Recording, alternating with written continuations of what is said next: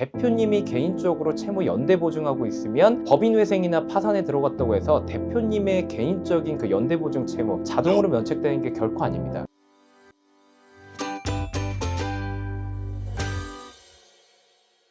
네, 안녕하세요. 법무법인 시우 회생파산팀의 김대현 변호사입니다. 오늘은 회생파산을 앞둔 법인 대표님들을 위해서 변호사 상담할 때 꼭 챙겨가야 할 자료 3가지 정도 말씀을 드려보려고 합니다. 그래서 대표님들 조급한 마음은 제가 10분 이해는 하는데요. 가끔 보면 필수적인 자료도 지참하지 않은 상태에서 상담을 오시는 경우가 많아요. 그래서 이런 경우에는 수박 겉핥기식으로 상담이 진행될 수밖에 없거든요. 안 그래도 회생파산 관련해서 사무실 방문하시는 분들은 1분 1초가 급한 경우가 정말 많잖아요. 그런데 뜬구름 잡는 얘기만 하다가 시간을 허비하게 되면 그만큼 회사를 살릴 시간은 줄어들게 되는 셈입니다. 그런 의미에서 곧바로 본론으로 들어가 보도록 하겠습니다.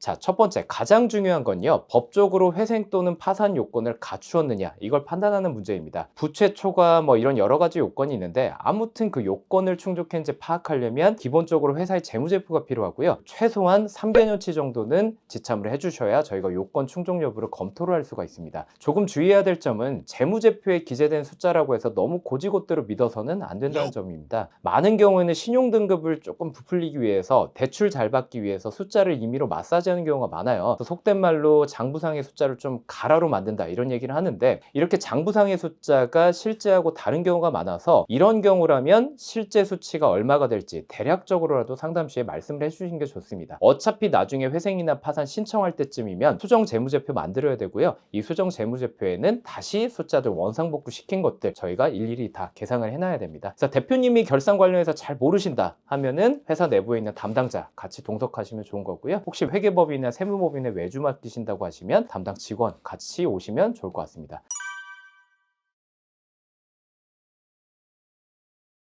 두 번째로는 채무 현황 자료입니다. 대표님이 개인적으로 채무 연대 보증하고 있으면 법인회생이나 파산에 들어갔다고 해서 대표님의 개인적인 그 연대 보증 채무 자동으로 면책되는 게 결코 아닙니다. 적으로 연대 보증을 하셨는지 이런 것들이 전부 포함된 채권자 목록을 주셔야 됩니다. 만약에 채무 규모가 50억 이하라고 했을 때는 회생 절차에서는 간이회생이라고 해서 시간과 비용이 대폭 줄어드는 그런 간이한 절차를 통해서 저희가 절차를 진행할 수 있고요. 그리고 나중에 채권자들로부터 회생 계획안 동의받아야 되는데 일반 채권자랑 담보권자 동의 요건이 다 다릅니다. 그래서 이런 것들 미리 좀 파악이 필요하고요. 가장 중요한 점인데, 대표님이 개인적으로 채무 연대 보증하고 있으면 법인회생이나 파산에 들어갔다고 해서 대표님의 개인적인 그 연대 보증 채무 자동으로 면책되는 게 결코 아닙니다. 그래서 별도로 대표님 개인에 대해서 파산이나 회생 들어가야 될지 의사결정하시려면 이런 거 미리 꼭 파악을 하고 있어야 됩니다. 그래서 연대 보증을 설령 안 하셨다 하더라도 곧바로 안심을 하시면 안 되는 게, 대출 받을 때 책임 경영 이행각서 같은 게 쓰도록 하는 경우 꽤 많습니다. 이런 각서 내지는 약정서 쓰신 게 있다면 후발적으로 연대 보증 의무 발생할 수 있어요. 그래서 저희한테 꼭 그 내용을 보여주셔야 됩니다.